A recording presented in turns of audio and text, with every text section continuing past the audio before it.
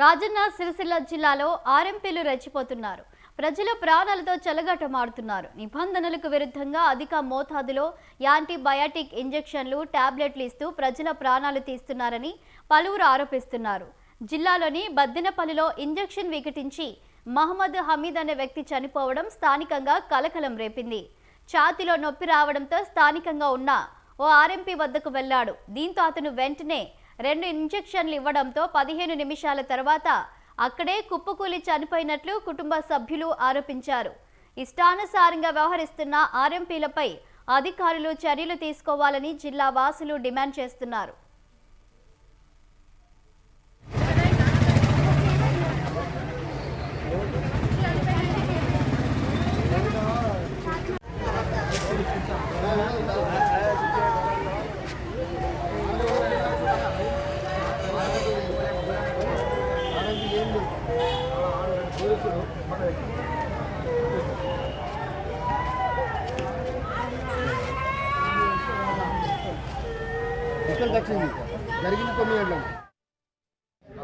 ఇట్లా చెస్ట్ అని వస్తుందంటే బదనంపల్లి ఆర్ఎంపీ పరిసరం దగ్గర తీసుకుపోతే 2 సూదులు ఇచ్చింది.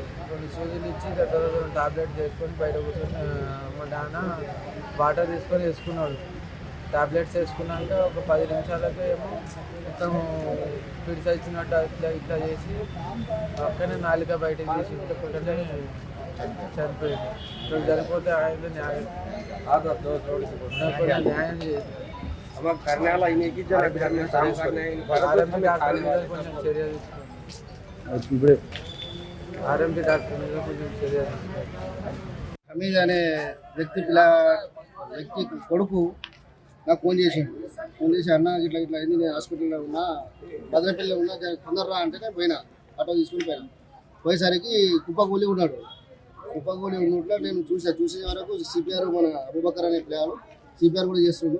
నేను కూడా సిపిఆర్ ట్రై చేసిన చూస్తే కుప్పకూలి ఉన్నాడు అని చెప్పి నేను ఎంబడి లావట్టుకొని సిరిసిల్ల ప్రభుత్వ ఆసుపత్రికి తీసుకొచ్చిన చూసి ఇక్కడ కూడా సిపిఆర్ చేసినాక వాళ్ళు చెప్పారు ఏం లేదు, టైం దాటిపోయింది అని చెప్పారు.